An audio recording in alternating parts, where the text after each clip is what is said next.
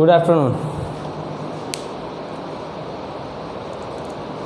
એકાઉન્ટમાં ભાગીદારી વિશે પ્રવેશની ચર્ચા કરતા હતા. કોને કહેવાય ભાગીદાર કોને કહેવાય અને ભાગીદારી પેઢી કોને કહેવાય, તો એની થોડીક ચર્ચા કરી. સૌથી પહેલાં શરૂઆત આપણે કરી હતી કે ભાઈ ભાગીદારી સ્વરૂપ શા માટે અસ્તિત્વમાં આવ્યું. તો એના માટે આપણે જવાબ હતો કે વ્યક્તિક માલિકીની પેઢીની મૂડી અને સંચાલન શક્તિની મર્યાદાના કારણે ભાગીદારી સ્વરૂપ અસ્તિત્વમાં આવ્યું. કોને કહેવાય ભાગીદારી, તેના માટેના બે અર્થ હતા. પહેલો અર્થ કે ભાગીદારી એ એવી વ્યક્તિઓ વચ્ચેનો કરાર છે કે જેમના વતી કોઈ એક કે બધા દ્વારા ચલાવવામાં આવતા ધંધાનો નફો કે નુકસાન વહેંચવા સહમત થાય. એક આ અર્થ હતો. આ અર્થ યાદ ન રહ્યો હોય તો સિમ્પલ હતું કે કરાર કરવાને લાયક હોય, કેવા હોય, કરાર કરવાને લાયક હોય તેવી બે કે તેથી વધુ વ્યક્તિ ભેગી થઈ કાયદેસરનો ધંધો કરે તો એને ભાગીદારી કહેવાય. જે વ્યક્તિ ભાગીદારીમાં જોડાય છે વ્યક્તિગત રીતે ભાગીદાર ગણાય અને બધા ભાગીદારો ભેગા થઈ અને સંયુક્ત રીતે જે ધંધો ચલાવે એ ધંધાને ભાગીદારી પેઢી કહેવાય. આ વાત હતી. સૌથી મહત્ત્વનો ટૉપિક ભાગીદારીના લક્ષણો, એના પછીનો ટૉપિક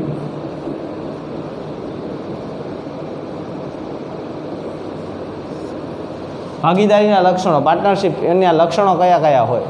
બરાબર. તો ભાગીદારીના લક્ષણો, એની અંદર પહેલું લક્ષણ ખાસ કહી દઉં. આ ચેપ્ટર જે છે એ 4 માર્કનું ચેપ્ટર છે બોર્ડની અંદર. બરાબર. એક વાક્યનો ક્વેશ્ચન આવે છે વિભાગ બીમાં અને વિભાગ સીની અંદર 3 માર્કનો એક દાખલો અથવા તો થિયરી આવે. બરાબર. એટલે થિયરી કરવી પડે અને દાખલોય કરવો પડે, બે વસ્તુ કરવી પડે તમારે. જો દાખલો નહીં આવે તો થિયરી આવશે અને થિયરી નહીં આવે તો દાખલો. એટલે આપણે બે વસ્તુ કરી નાખવાની. બરાબર. થિયરી માટે આ ક્વેશ્ચન બહુ મહત્ત્વનો છે. આ અને આની પછીનો ક્વેશ્ચન. સૌથી પહેલાં ભાગીદારીના લક્ષણો. તો એનું પહેલું લક્ષણ છે કરાર.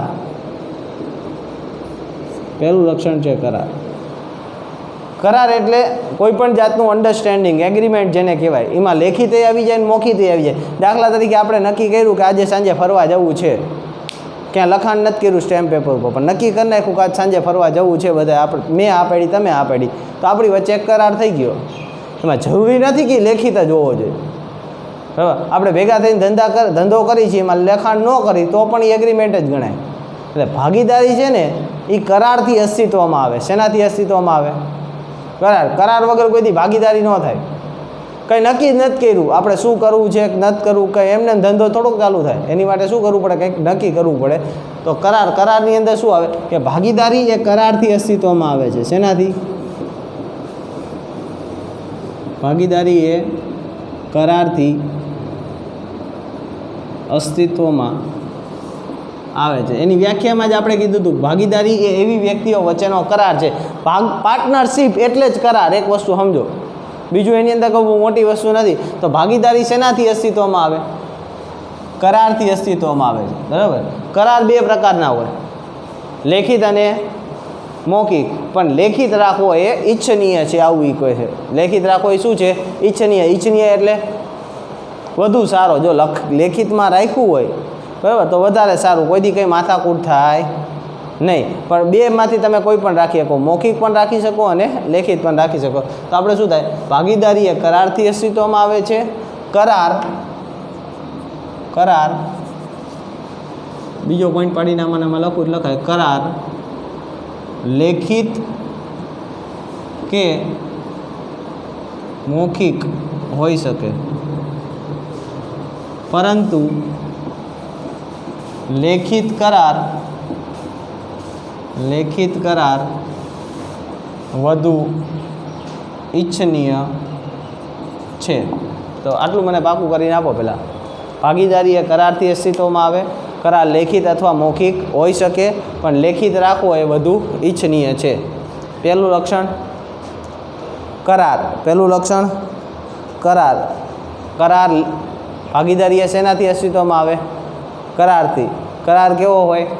લેખિત અથવા મૌખિક. યાદ રાખજો, 1 માર્કમાં પણ પૂછી શકે કે કરાર કેવો હોય, તો લેખિત અથવા મૌખિક. બરાબર, પણ લેખિત રાખવો એ શું છે, વધુ ઈચ્છનીય છે, જરૂરી નથી કે રાખવો જ, રાખવો તો વધારે સારું એવું એ કહેવા માંગે છે. બરાબર, આટલું પહેલાં પાકું કરી દો મને. લક્ષણ એમાં કરાર,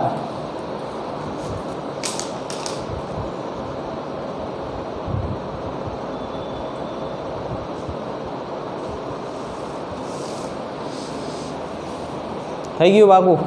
બોલી જાઓ મનમાં મારી આગળ. ભાગીદારી એ કરારથી અસ્તિત્વમાં આવે. કરાર લેખિત અથવા મૌખિક હોઈ શકે, પણ લેખિત રાખવો વધુ ઈચ્છનીય છે. બીજું લક્ષણ સભ્ય સંખ્યા, ધ્યાન રાખજો આ ખાસ, સભ્ય સંખ્યા ઓછામાં ઓછી બે વગર તો પાર્ટનરશિપ થાય નહીં. એટલે સભ્ય સંખ્યા ઓછામાં ઓછી બે,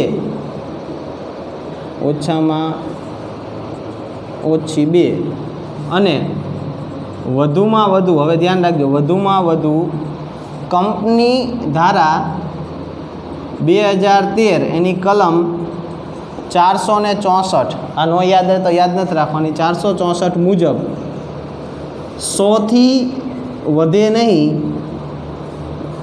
તે રીતે સરકાર નક્કી કરે તે મુજબની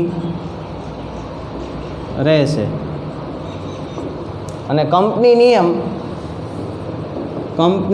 નિયમ 2014માં સરકારે, એટલે કે ભારત સરકારે 50 નક્કી કરેલ છે.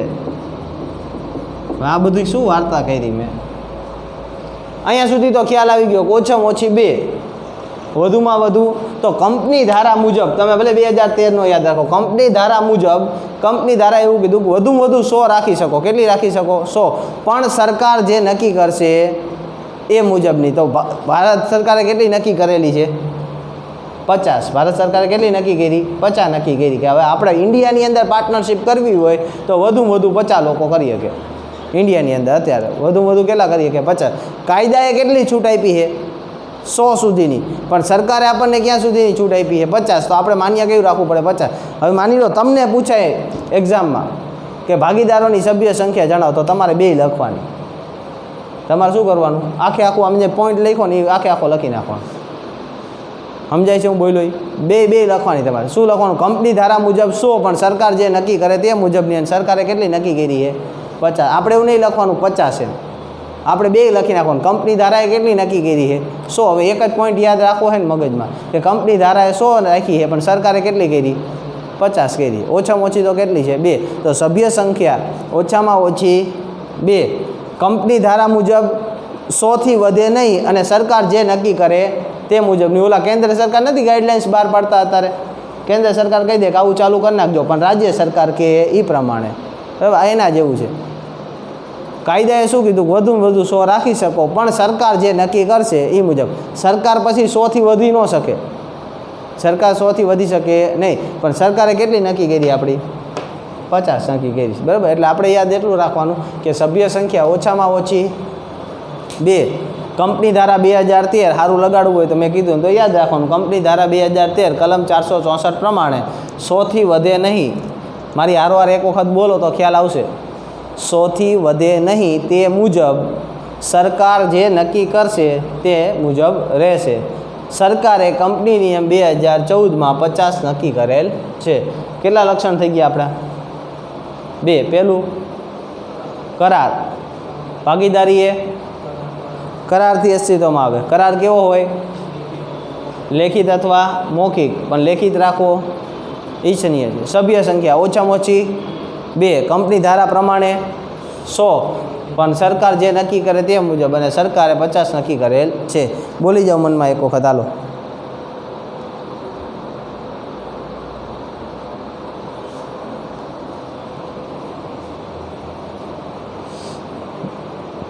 થઈ ગયું પાકું? બોલી શકો? એક વખત આંખ બંધ કરીને મનમાં બોલો તો પહેલાં. કોઈની શરમ રાખ્યા વગર બોલજો મનમાં.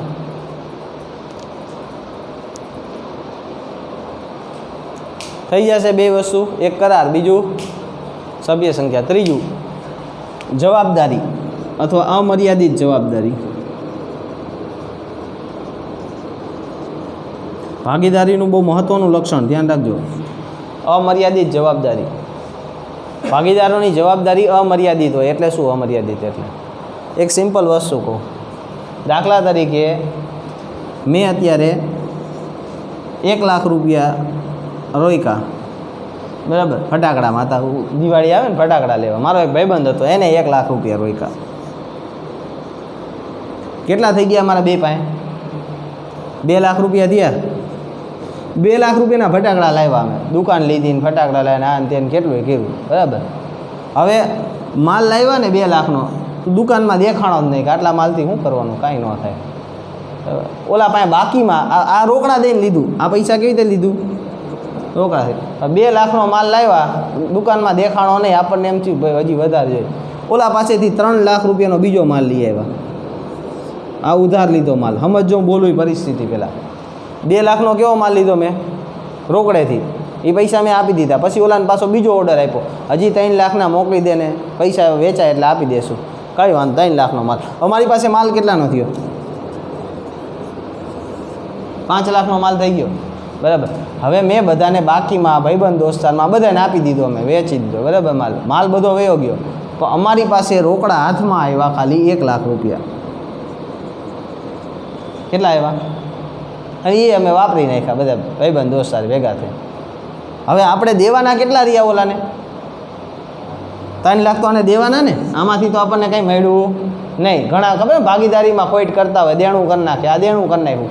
કેટલાનું દેણું કર્યું? 2 લાખ લાવ્યો તો એ તો વયા ગયા. હજી કેટલા દેવાના નીકળે? દિવાળી વહી ગઈ, પછી હિસાબ કર્યો, હાથમાં રૂપિયો છે જ નહીં. જેની પાસે 3 લાખના ફટાકડા લાવ્યા એને તો દેવા પડશે ને. 2 લાખ આપણા તો ગયા. હવે એમાં કોઈ એક ભાગીદાર એવું કહે કે હું પૈસા નહીં આપું, બીજા ભાગીદારને કહે તારે દેવા હોય તો દે, હું નહીં આપું, તો આવું ચાલે નહીં. એને પપ્પા એમ કહે ને, જેને ભાગીદારી કરી, એને પપ્પા એમ કહે ના અમે પૈસા નહીં આપવું, હો મારે પૂછવા નહોતો આવ્યો, તો એવું ન હાલે. એની પોતાની મિલકત વેચીને આ 3 લાખ રૂપિયા એને ચૂકવવા પડે, બેને 1.5 લાખ રૂપિયા ચૂકવવા પડે. ભલે લાખ તો ગયા, એની વાત જવા દો, પણ આજે બાકી રાખ્યા ને એ પૈસા ચૂકવવા પડે. શું કામ? કારણ કે ભાગીદારોની જવાબદારી કેવી હોય? અમર્યાદિત. તમે પેઢીમાં જેટલું દેણું કરો ને એ તમારે ભરવું પડે. પછી તમે એમાંથી છૂટી જાઓ, હું ન ચૂકવું, એવું ન હાલે. નાના છોકરાના ખેલ નથી, બરાબર. આમાં પૈસા આપવા પડે. એટલે એની મુખ્ય જવાબદારી શું છે? અમર્યાદિત જવાબદારી. અંગત મિલકત વેચીને પણ, ભાગીદારની અંગત મિલકત વેચીને પણ દેવું ચૂકવવું પડે. ક્યારેક તમે સાંભળ્યું હોય ને બાપા કહેતા હોય કે છોકરાએ દેણું કરી નાખ્યું હતું, ભાગીદારીનો ધંધો કર્યો, એમાં હજી ચૂકવું તો ચૂકવવું પડે. કારણ કે જવાબદારી કેવી છે? અમર્યાદિત. એમ કંઈ ન છૂટા થઈ જવાય કે મેં લાખ રૂપિયા રોક્યા, ભલે ગયા મારા લાખ રૂપિયા, બીજા નહીં આપું, તો એવું આમાં ચાલે નહીં. તો ભાગીદારની મર્યાદા કઈ થઈ? અમર્યાદિત જવાબદારી. આ એક એની મર્યાદા પણ ગણી શકો અને એના લક્ષણો ગણી શકો. અમર્યાદિત જવાબદારી. તો દરેક ભાગીદારની જવાબદારી, દરેક ભાગીદારની જવાબદારી અમર્યાદિત હોય છે. પેઢીનું દેવું ચૂકવવા, પેઢીનું દેવું ચૂકવવા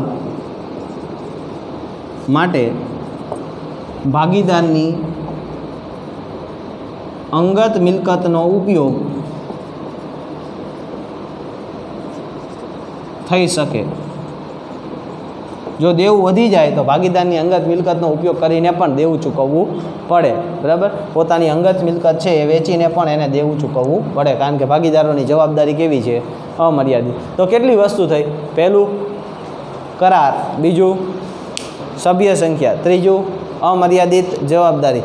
યાદ રાખો, તમે હું 5-6 લક્ષણ લખાવડાવીશ, આપણે એમાંથી 4 જ યાદ રાખવાના છે. 3 માર્કમાં 4 લખો ઇનફ છે. વધારે આવડે લખો, વાત બરાબર, 4 લખો તો વાંધો ન આવે, બરાબર. કરાર, ભાગીદારી શેનાથી અસ્તિત્વમાં આવે? કરારથી. કરાર કેવો હોય? લેખિત અથવા મૌખિક, પણ લેખિત રાખવો વધુ ઈચ્છનીય છે. બીજું સભ્ય સંખ્યા, ઓછામાં ઓછી 2, વધુમાં વધુ કંપની ધારા મુજબ 100, પણ સરકાર જે નક્કી કરે તે મુજબની. અને સરકારે કેટલી નક્કી કરી? 50. સરકારે કેટલી નક્કી કરી? 50, બરાબર. અમર્યાદિત જવાબદારી. દરેક ભાગીદારની જવાબદારી કેવી હોય? અમર્યાદિત હોય. પેઢીનું દેવું ચૂકવવા માટે ભાગીદારની અંગત મિલકતનો ઉપયોગ થઈ શકે. જો એવો વિધાન પણ આવશે, વિસર્જન વખતે ખાસ આવશે. પેઢીનું દેવું ચૂકવવા માટે ભાગીદારની અંગત મિલકતનો ઉપયોગ થઈ શકે નહીં. વિધાન સાચું કે ખોટું? કારણ સહિત જણાવો. આવું પૂછે. ફરીથી પૂછું. પેઢીનું દેવું ચૂકવવા માટે ભાગીદારની અંગત મિલકતનો ઉપયોગ થઈ શકે નહીં. વિધાન સાચું કે ખોટું? કારણ સહિત જણાવો. શું લખાય? આ વિધાન કેવું છે? ખોટું છે. ભાગીદારોની જવાબદારી અમર્યાદિત હોવાથી દેવું ચૂકવવા માટે ભાગીદારની અંગત મિલકતનો ઉપયોગ થઈ શકે. ખ્યાલ આવ્યો? ત્રણ વસ્તુ પહેલાં હેડિંગ યાદ રાખો. પહેલું કરાર, બીજું સભ્ય સંખ્યા, ત્રીજું અમર્યાદિત જવાબદારી, બરાબર. ચોથી વસ્તુ પ્રતિનિધિ અથવા એજન્ટ.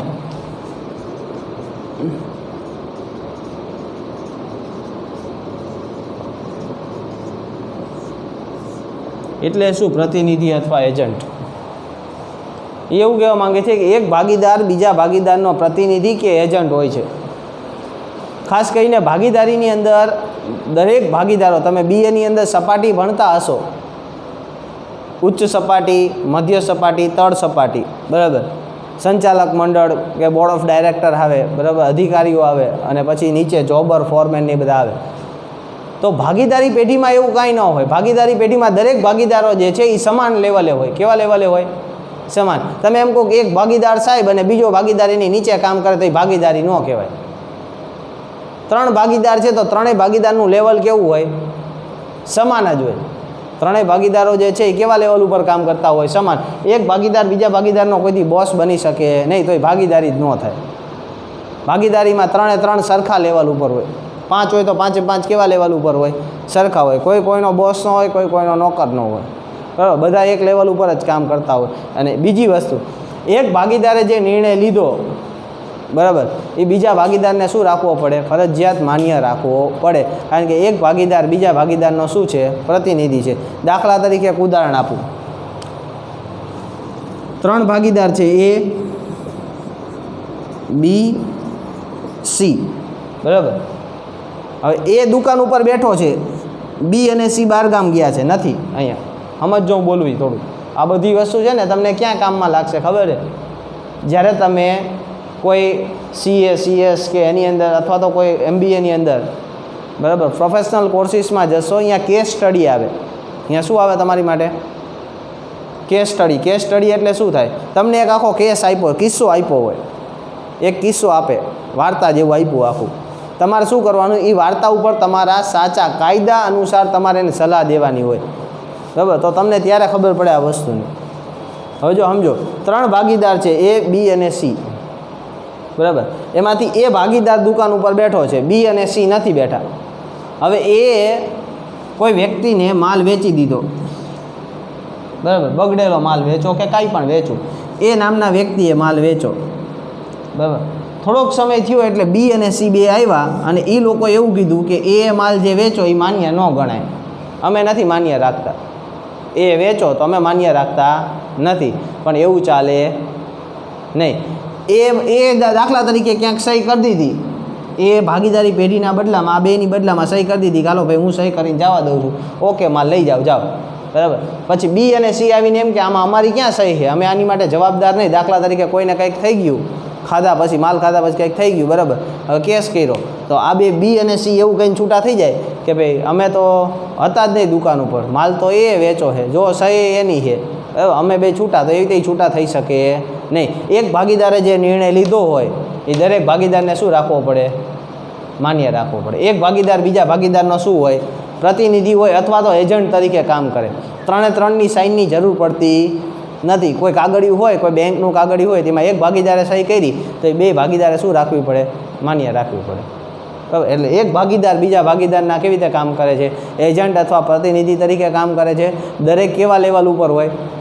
સમાન લેવલ ઉપર હોય. કોઈ દી એક ભાગીદાર બીજા ભાગીદારનો બોસ ન હોય અને બીજો ભાગીદાર એનો નોકર ન હોય, બધા સરખા જ હોય. ભલે 5%નો ભાગીદાર હોય, 25%નો હોય, 55%નો હોય, ભાગીદાર જ કહેવાય. બધા કેવા લેવલ ઉપર કામ કરતા હોય? સમાન લેવલ. આપણે ખાલી એટલું જ યાદ રાખવાનું છે કે એક ભાગીદાર બીજા ભાગીદારનો શું હોય? પ્રતિનિધિ અથવા એજન્ટ હોય છે. એક ભાગીદાર બીજા ભાગીદારનો પ્રતિનિધિ કે એજન્ટ તરીકેનું કાર્ય કરે છે. કેટલા થઈ ગયા આપણી માટે પોઈન્ટ? 4. કયા કયા? એક કરાર, બીજું સભ્ય સંખ્યા, ત્રીજું અમર્યાદિત જવાબદારી અને પ્રતિનિધિ અથવા એજન્ટ. હજી 3 બાકી છે. કેટલા બાકી છે હજી? 3. 7 લખાવું. 7માંથી તમને જે 4 ઠીક લાગે એ યાદ રાખવાના. બરાબર? એક વખત મનમાં બોલી જાઓ 4 એ 4.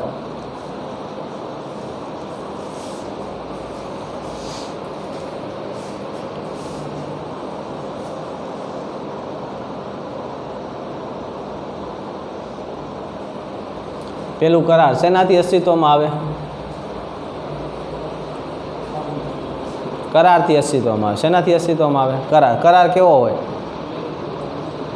લેખિત અથવા મૌખિક? લેખિત રાખવો એ ઈચ્છનીય છે. બરાબર. સભ્ય સંખ્યા ઓછામાં ઓછી 2. કંપની ધારા 2013 મુજબ 100થી વધે નહીં, પણ સરકાર જે નક્કી કરે તે મુજબ. અને કંપની નિયમ 2014માં સરકારે 50 નક્કી કરેલ છે. પછી અમર્યાદિત જવાબદારી. દરેક ભાગીદારોની જવાબદારી કેવી હોય? અમર્યાદિત. પેઢીનું દેવું ચૂકવવા માટે અંગત ભાગીદારની અંગત મિલકતનો ઉપયોગ થઈ શકે. બરાબર. પ્રતિનિધિ અથવા એજન્ટ. એક ભાગીદાર બીજા ભાગીદારનો શું હોય? પ્રતિનિધિ અથવા એજન્ટ હોય. હવે 4 એ 4 ખાલી હેડિંગ બોલો મનમાં. 4 એ 4 હેડિંગ. કરાર, સભ્ય સંખ્યા, અમર્યાદિત જવાબદારી અને પ્રતિનિધિ અથવા એજન્ટ. કરાર, સભ્ય સંખ્યા, અમર્યાદિત જવાબદારી, પ્રતિનિધિ અથવા એજન્ટ. થઈ જાય 4 એ 4? ઓકે. હજી બીજા 3 આપું, કદાચ આમાં ક્યારેક ભૂલ પડી જાય.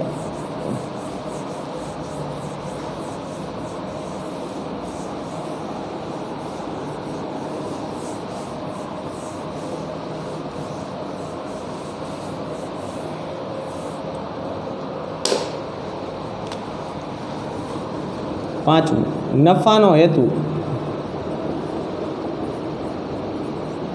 તો ભાગીદારી પેઢીનો મુખ્ય હેતુ નફાનો હોય. બરાબર. એ તો બધા છે, સેવા કરવા માટે કોઈ મહેનત ન કરે, બધા નફા માટે જ મહેનત કરતા હોય. બરાબર. અત્યારે સેવા કરવા જાય ને તો એ નફાના ઈરાદે જ સેવા કરવા જતા. બાકી તો ભાગીદારી પેઢી જે છે એનો મુખ્ય હેતુ નફાનો હોય. ક્યારે એવું વિચારી ન કરે કે આપણે 20,000ની ખોટ ખાવી, હાલો ને આપણે ધંધો કરી, એવું કોઈ વિચારીને કરે? એવું વિચાર આ દિવાળીએ તો છે ને એક ધંધો કરીને એમાં 50,000ની ખોટ કરવી, ગમે એમ કરીને જોઈ લેજો, આવું કોઈ કહે તમને? ન કે. નફાનું વિચારે કે આ વખતે દિવાળી અમને ધંધો કરીને 50,000 રૂપિયા કમાવા છે, આવું વિચાર લે. તો ભાગીદારી પેઢીનો મુખ્ય હેતુ, ભાગીદારીનો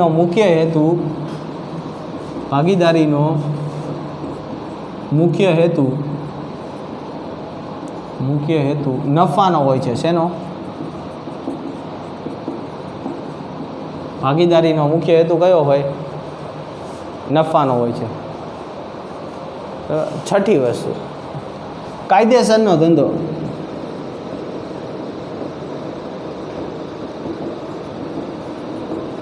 તો એની વ્યાખ્યામાં જ આવે છે, યાદ આવતું હોય તો તમને. 2 કે તેથી વધુ વ્યક્તિઓ ભેગા થઈને કાયદેસરનો ધંધો કરે તો એને ભાગીદારી પેઢી કહેવાય. તો ભાગીદારી પેઢીનું મુખ્ય લક્ષણ શું છે? કાયદેસરનો ધંધો. તો ભાગીદારી જે છે એ કાયદેસરનો ધંધો કરવા માટે જ અસ્તિત્વમાં આવી જોઈએ, તો જ ભાગીદારી ગણાય. બરાબર. ગેરકાયદેસર ચોરી કરવા માટે થઈને આપણે ભાગીદારી કરી તો એ ભાગીદારી ન કહેવાય. બરાબર. કાયદાકીય રીતે તમે એકબીજા સામે કેસ ન કરી શકો પછી કે અમે ચોરી કરી, બરાબર, એમાંથી ઓલો મધુમાલ લઈને વયો ગયો, અમે ભાગીદારીમાં હતો, મારે એની ઉપર કેસ કરવો, તેમાં ન થાય. એ ગેરકાયદેસર છે. કાયદેસર વસ્તુ છે એમાં તમે એકબીજા ઉપર કેસ કરી શકો, એકબીજા ઉપર લડત આપી શકો. હવે એટલે ભાગીદારી પેઢી એ કાયદેસરના ધંધો કરવા માટે અસ્તિત્વમાં આવે છે. શેના માટે? ભાગીદારી એ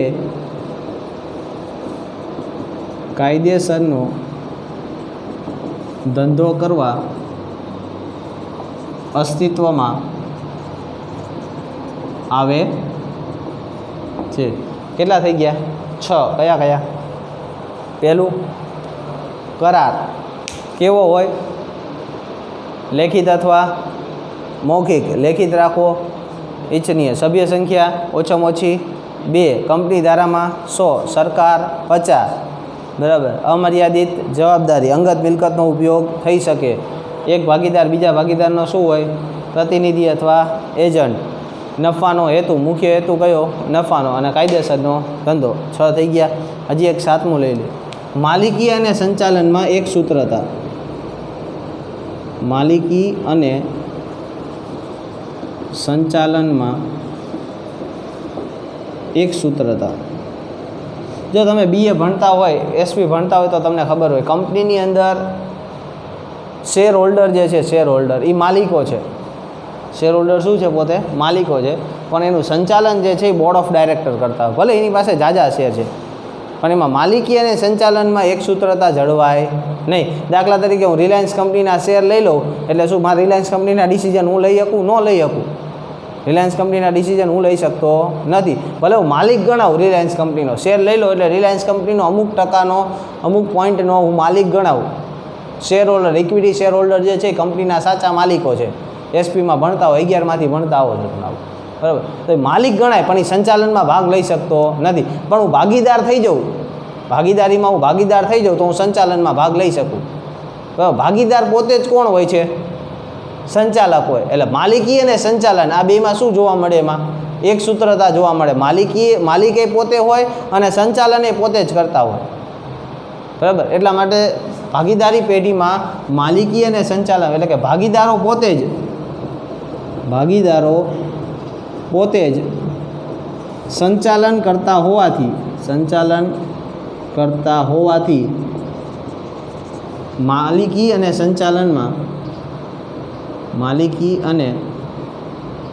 સંચાલનમાં એક સૂત્રતા જળવાય છે. બરાબર. સાથે છે એમાંથી તમારે જે 4 તમને ઠીક લાગે એ લખવાના. બને ત્યાં સુધી કરાર છે, સભ્ય સંખ્યા છે, આ બધું વધારે લખાય. બરાબર. 5-6 યાદ રહે તો 5-6 લખી નાખવાના.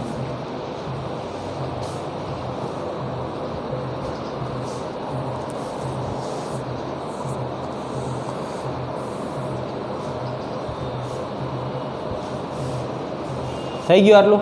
એક વખત બોલી જાઓ પછી આગળના ટોપિકની ચર્ચા કરી. પહેલું કરાર, બીજું સભ્ય સંખ્યા, અમર્યાદિત જવાબદારી, પ્રતિનિધિ અથવા એજન્ટ, નફાનો હેતુ, કાયદેસરનો ધંધો અને માલિકી અને સંચાલનમાં એક સૂત્રતા. બરાબર. આડાનવડા ક્રમ થાય તો કંઈ ચિંતા કરવાની નહીં. લક્ષણો હોય, ફાયદા હોય, મર્યાદા હોય, આમાં આડું નવડું ચાલે. બરાબર.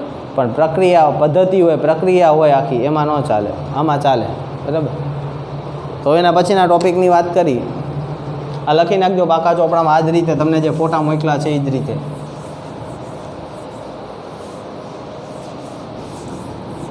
હવે વાત છે કરારનામું.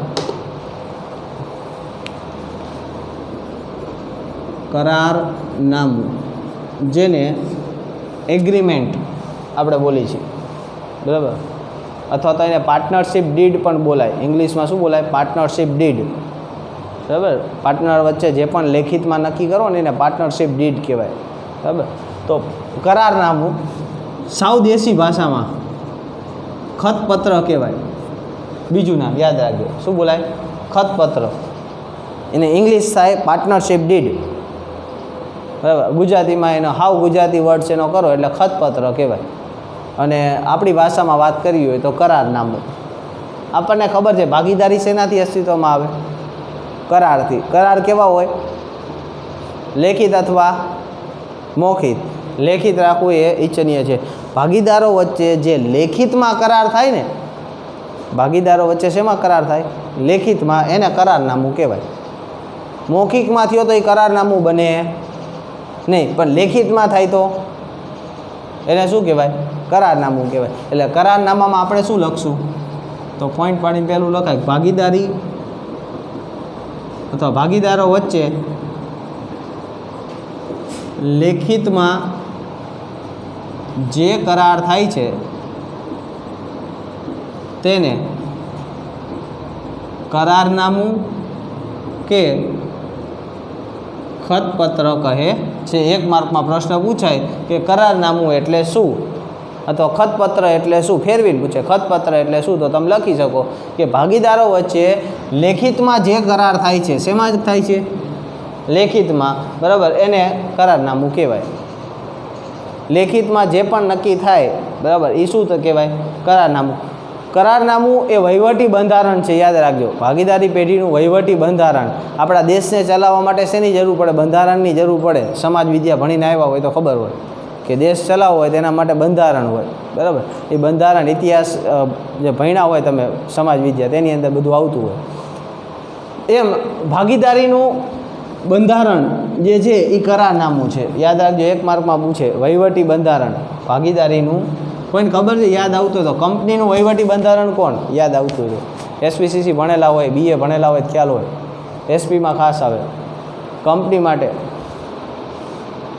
ઇંગ્લિશમાં એને બોલાય મેમોરેન્ડમ ઓફ એસોસિએશન અને આર્ટિકલ ઓફ એસોસિએશન.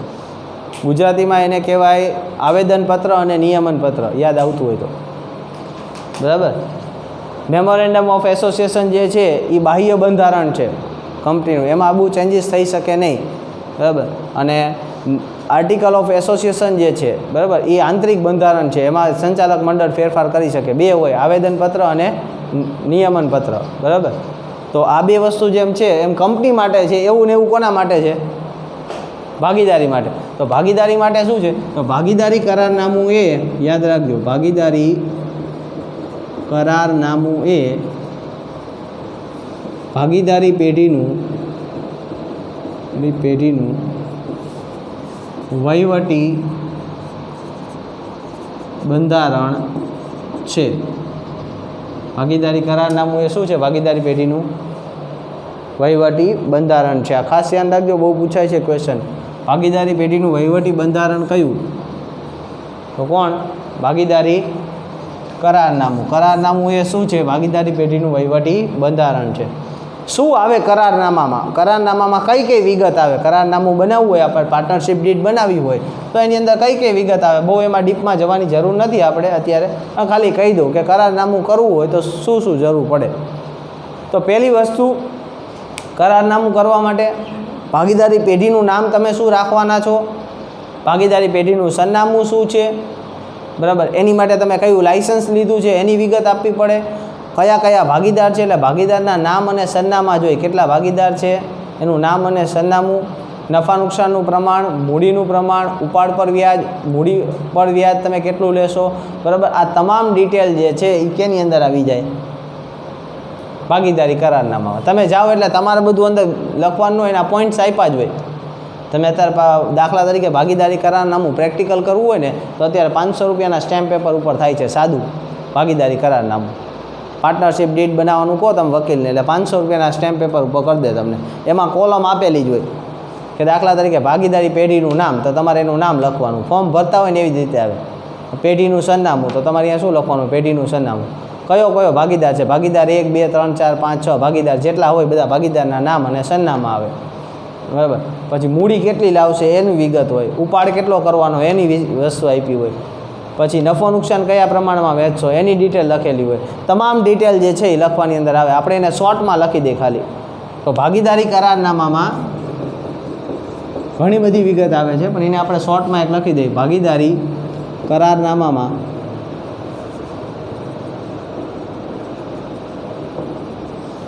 પેઢીનું નામ અને સરનામું, પેઢીનું નામ અને સરનામું, ભાગીદારોના નામ અને સરનામા, બરાબર. પછી તો મૂડી, ઉપાડ,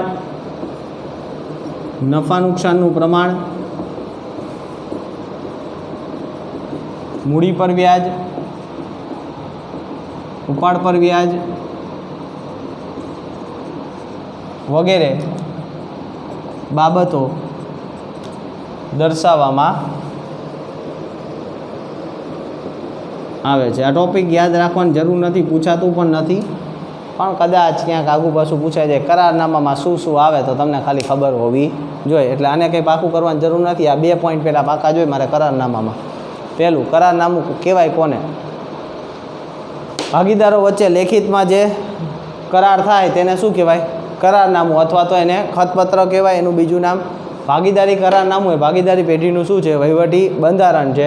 કરારનામામાં શું શું આવે? તો ભાગીદાર પેઢીનું નામ સરનામું, ભાગીદારનું નામ સરનામું, મૂડી ઉપાડ, મૂડી પર વ્યાજ, ઉપાડ પર વ્યાજ, નફા નુકસાનનું પ્રમાણ વગેરે જેવી બાબતો અંદર આવતી હોય છે. બરાબર. આ કોના માટે આખી ચર્ચા કરી આપણે? જેને લેખિતમાં કરાર કર્યો છે એના માટે. આપણે માણસને કહી કે માસ્ક પહેરવું જોઈએ, પણ ન પહેરે તો એના માટે કંઈક તો વ્યવસ્થા કરવી પડે ને. એમ આપણે એવું કીધું કે લેખિત કરાર રાખવો ઈચ્છનીય છે. બરાબર, લેખિત કરાર કરો તો આ રીતે થાય. પણ કોકે લેખિત કરાર નથી કર્યો અને કંઈક પ્રશ્ન ઊભો થયો, જો લેખિતમાં કરાર કરે ને પ્રશ્ન ઊભો થાય તો આમાં જોઈ લેવાનું. આમાં જે લખ્યું હોય ને એ ફાઇનલ ગણે. એમાં કોર્ટે માથું ન મારે. આમાં તમે લખ્યું કે ભાઈ ભાગીદારને એકઈને મૂડી ઉપર વ્યાજ આપવાનું નથી, અથવા તેમ કે ભાગીદારને 20% લેખે મૂડી પર વ્યાજ આપવાનું છે, આમાં નક્કી કર્યું તો આપવું પડે. પણ લેખિત કરાર તમે નથી કર્યો, હાલો વિશ્વાસ ઉપર હાલ્યા ગયા, બરાબર, તમારા જમાઈ હતા, જમાઈ યારે ભાગીદારી કરી, એમની યાર થોડુંક લખાણ કરાય, નથી કર્યું, હાલો 2 મહિના થયા, 10 વર્ષ થયું, 5 વર્ષ સુધી ધંધો કર્યો, પછી ડખા થયા, અને પછી સોલ્યુશન લાવવા માટે શું કરવું? તો એના માટે અમુક પોઈન્ટ્સ આપ્યા છે કે જે આવું નથી માનતા લેખિત કરારમાં અને મૌખિક કર્યું છે, અને કંઈક વિવાદ ઊભો થાય તો શું માન્ય રાખવું, એની ચર્ચા આપણે આગલા લેક્ચરમાં કરશું. બરાબર, અત્યારે ખાલી આટલું પાકું કરી નાખો.